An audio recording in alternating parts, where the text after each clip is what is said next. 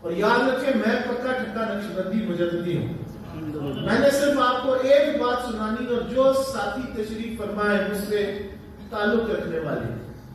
ان کے لیے اپنے پیر کا یہ ارشاد کافی ہے کہ میرے پیارے امام جناب امام ربانی شیخ احمد سرہندی فاروقی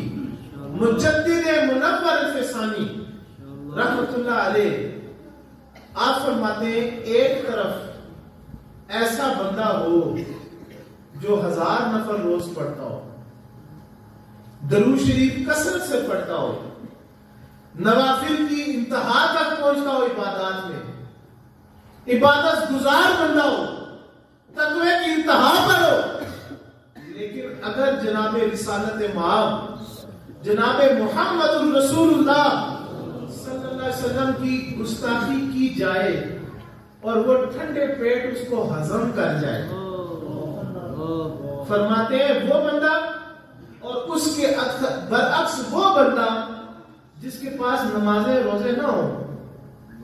درود شریف کی لمبی چوڑی تعداد نہ ہو, عبادات اس کے پاس موجود نہ ہو, لیکن جب معاملہ آئے حضور کی عزت کا, حضور کی تعظیم کا, جناب رسالت مآب صلی اللہ علیہ وسلم کی تکریم کا, ناموس کا,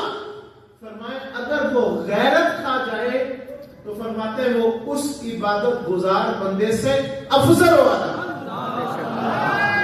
فارسی کا